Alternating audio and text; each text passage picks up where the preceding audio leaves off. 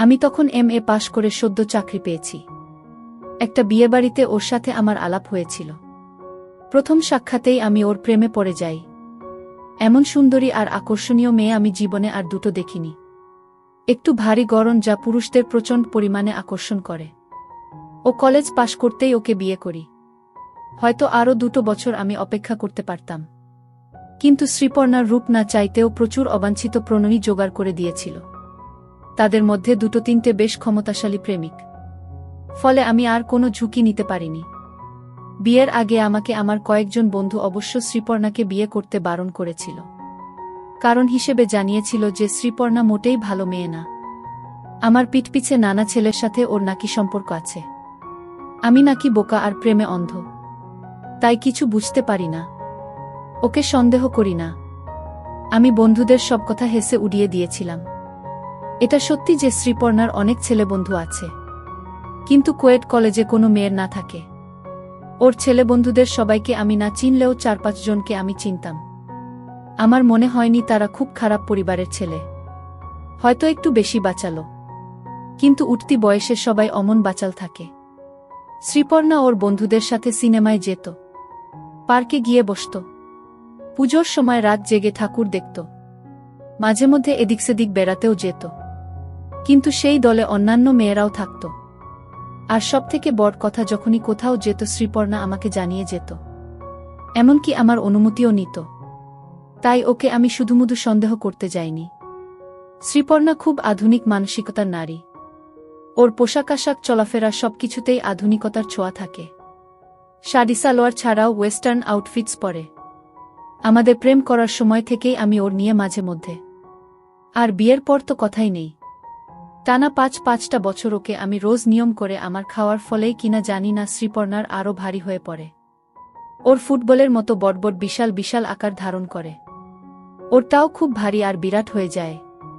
আগের থেকে অনেক বেশি চর্বি জমাট বাঁধে। তবে হ্যাঁ, ওর সারা শরীর আগের মতনই থেকে যায়। আগের থেকেও বেশি নরম হয়ে ওঠে।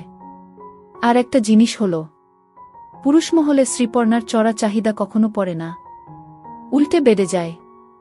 ওর সাথে বেরোলেই বোঝা যায় পথেঘাটে ছেলেবুড়ো সবার দৃষ্টি শ্রীপর্ণার দিকে। আমার জীবন খুব ভালো কাটছিল, কিন্তু রিসেশন হবার পর আমি পড়লাম বিপদে। আমার চাকরি গেল না, তবে প্যাকাট হলো। অফিস থেকে আমাকে অর্ধেক মাইনেতে কাজ করতে বলা হলো। তাতে না পোষালে অন্য কোথাও দেখতে বলা হলো। আমি প্রথম 1-2 মাস অন্য জায়গায় কাজ জোটানোর চেষ্টা করলাম, কিন্তু ভাগ্য বিরূপ থাকলে যা হয় জুটল না। শেষমেশ অর্ধেক মাইনেতেই কাজ করতে রাজি হয়ে গেলাম। এতে হলো কি, সংসারে টানাটানি পড়ে গেল।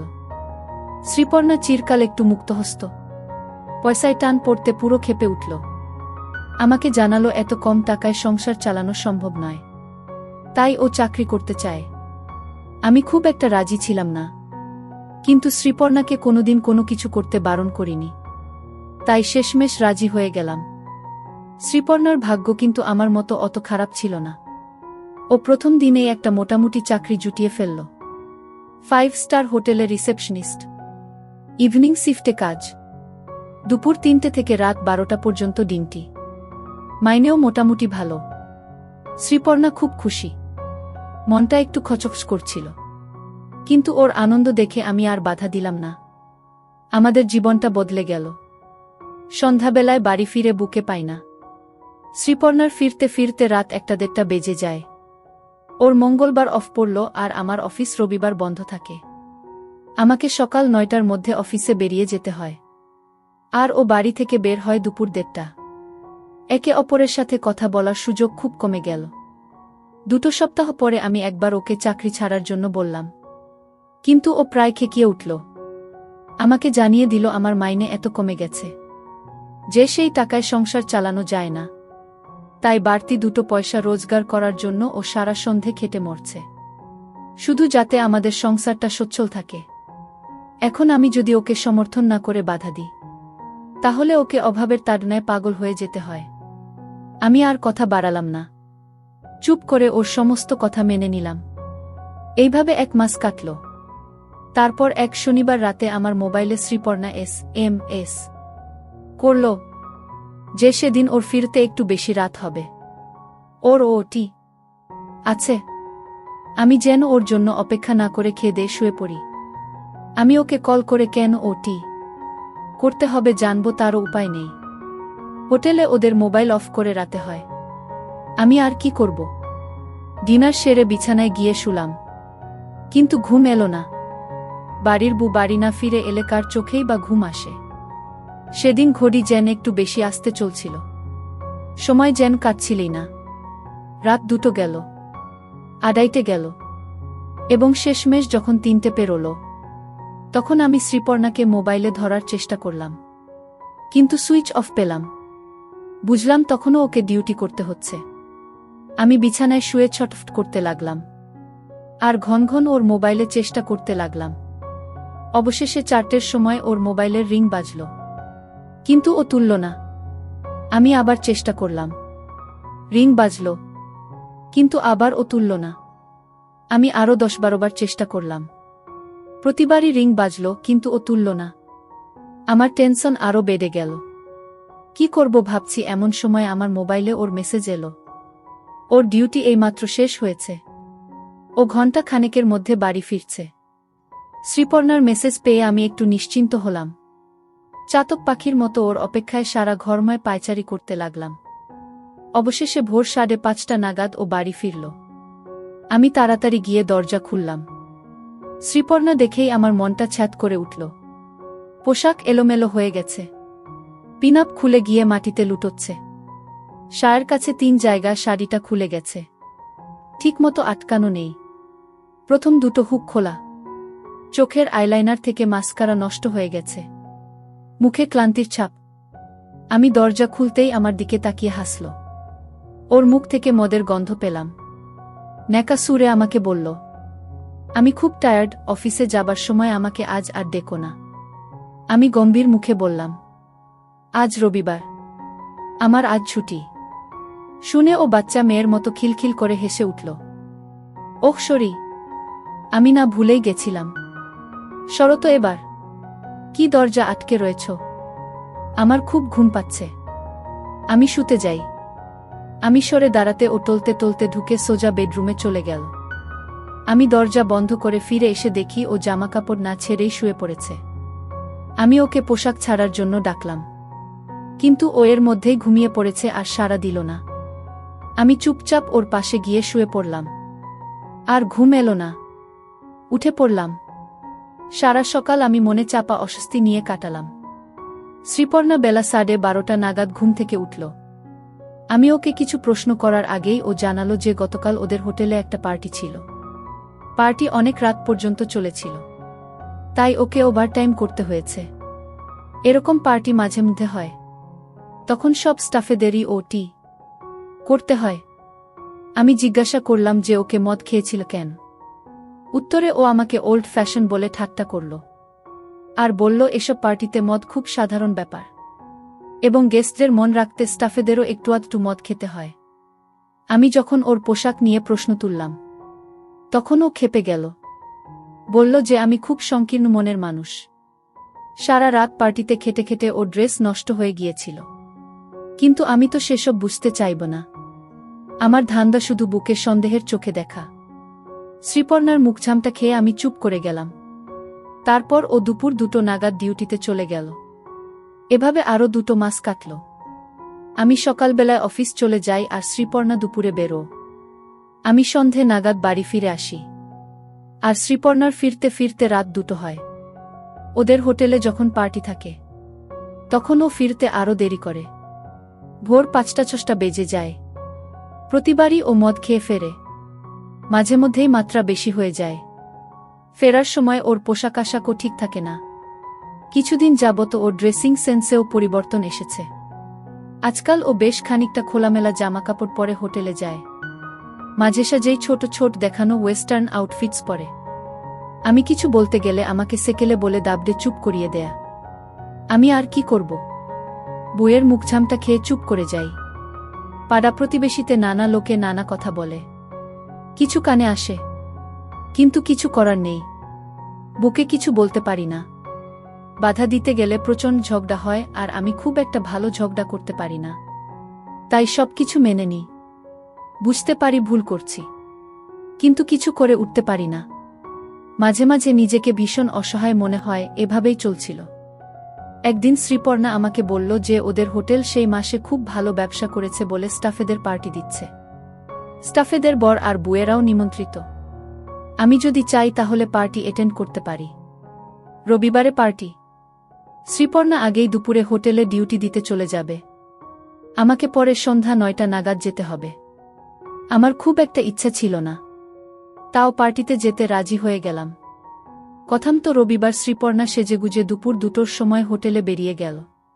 স্টাফেদের পার্টি, তাই অন্যদিনের থেকে একটু অন্য ধরনের সাজল। একটা পাতলা ছোট মিনি স্কার্ট পরল। পাতলা কাপড় দিয়ে ওর বোঝা যাচ্ছিল। মুখে ভালো করে মেকআপ ঘষল। পায়ে হাই হিলস পরল।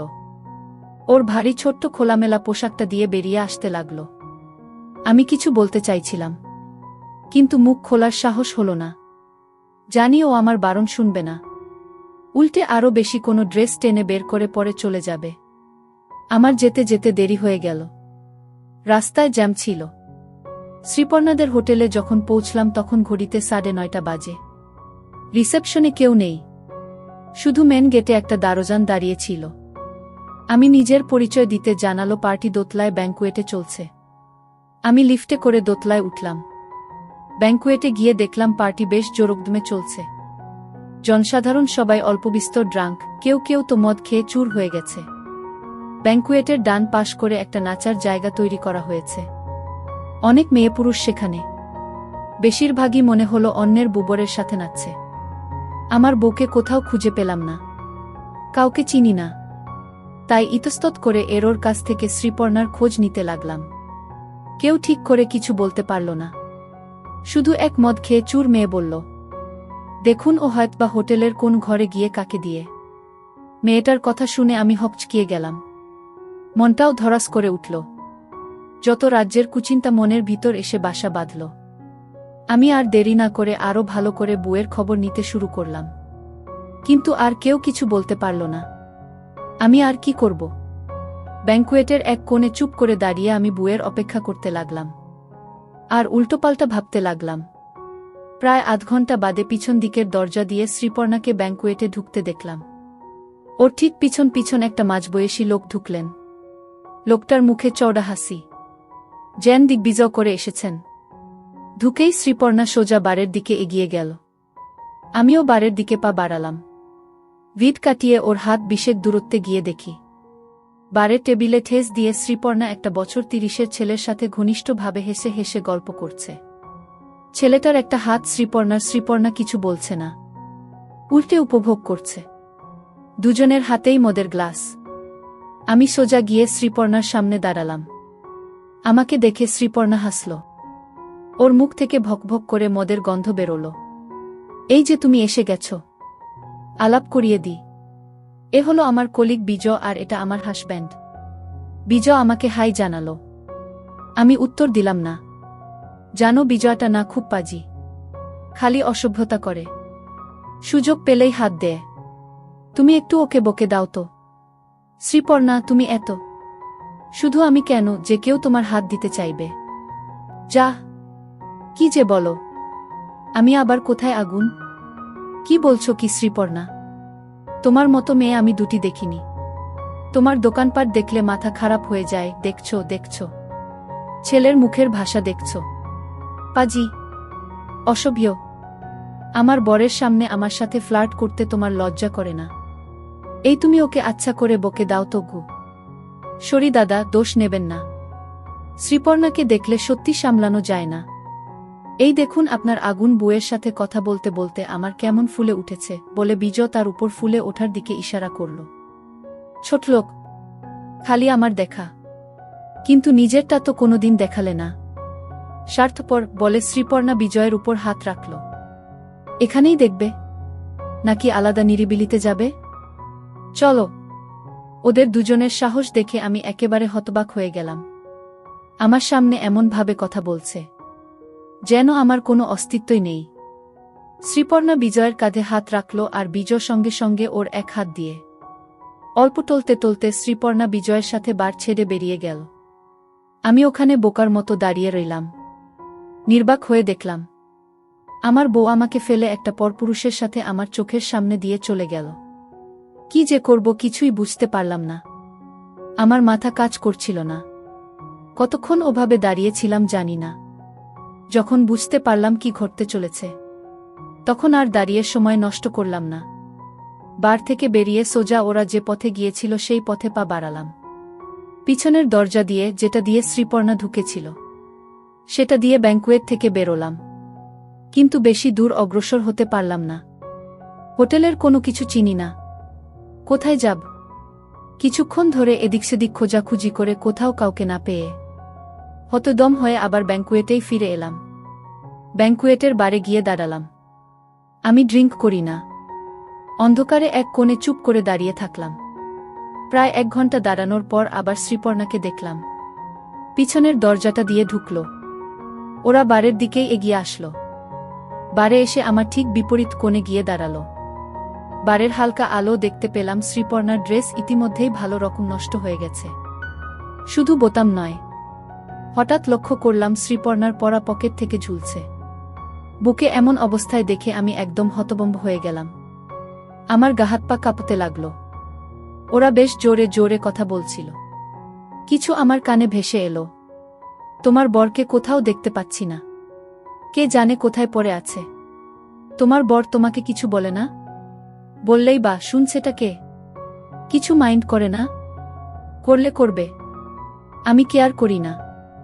এমনিতেও ও একটা মেরুদণ্ডহীন লোক, আমি বেশি পাত্তা দিই না। সেটা তো দেখতেই পেলাম, যেভাবে আমার সাথে বেরিয়ে এলে। বেচারা পুরো ভ্যাবাচাকা খেয়ে গেছিল। বেচারা মনে হয় আগেই বুঝে গেছে তোমার মতো এত মেয়েকে ও রাখতে পারবে না। বুঝে গেলেই ভালো। শ্রীপর্ণা আর রাজ একে অপরকে হাই বলল। মিনিট 3 বাদে ওরা 3 জনে বার ছেড়ে বেরিয়ে গেল। এবার আর আমি দেরি করলাম না। ওরা পিছন ফিরতেই ওদের পিছু নিলাম। 3 জনে ব্যাংকুয়েটের পিছনের দরজা দিয়ে বেরিয়ে করিডোর দিয়ে সোজা এগিয়ে গেল। আমি হাত 25 দূরত্ব রেখে ওদের পিছন পিছন চললাম। 3 জনে গল্পে মশগুল। কেউ যে ওদের পিছু নিয়েছে সেটা খেয়াল করল না। আমার বউ 2 জনের সমর্থন নিয়ে টলতে টলতে চলেছে। ওরা লিফটে উঠে পড়ল। আমি পড়ে গেলাম মুশকিলে। এবার কি করব? লিফটের কাছে গিয়ে দেখলাম উপরে উঠছে। 7 তলায় গিয়ে লিফট থামল। লিফট আর নামল না। আমি তখন আর কি করি? বাধ্য হয়ে সিঁড়ি ধরলাম। 5-5টা তলা হেঁটে উঠতে হাঁপিয়ে গিয়েছিলাম। 7 তলায় উঠে দেখি সারি সারি ঘর। কোনো ঘরে যে ওরা আছে কিছু ঠাহর করতে পারলাম না। অতি সাবধানে সব ঘরের দরজা একবার করে পরীক্ষা করলাম, কিন্তু সবটা দরজাই বন্ধ আর কোনো ঘর থেকে কোনোরকম সাড়া শব্দ আসছে না। হতাশ হয়ে ফিরে যাব কিনা ভাবছি, এমন সময় উপরের ছাদ থেকে একটা চাপামতো শব্দ পেলাম। আমি তাড়াতাড়ি সিঁড়ি দিয়ে ছাদে উঠলাম। উঠেই যা দেখলাম তাতে মাথাটা বাই করে ঘুরে গেল।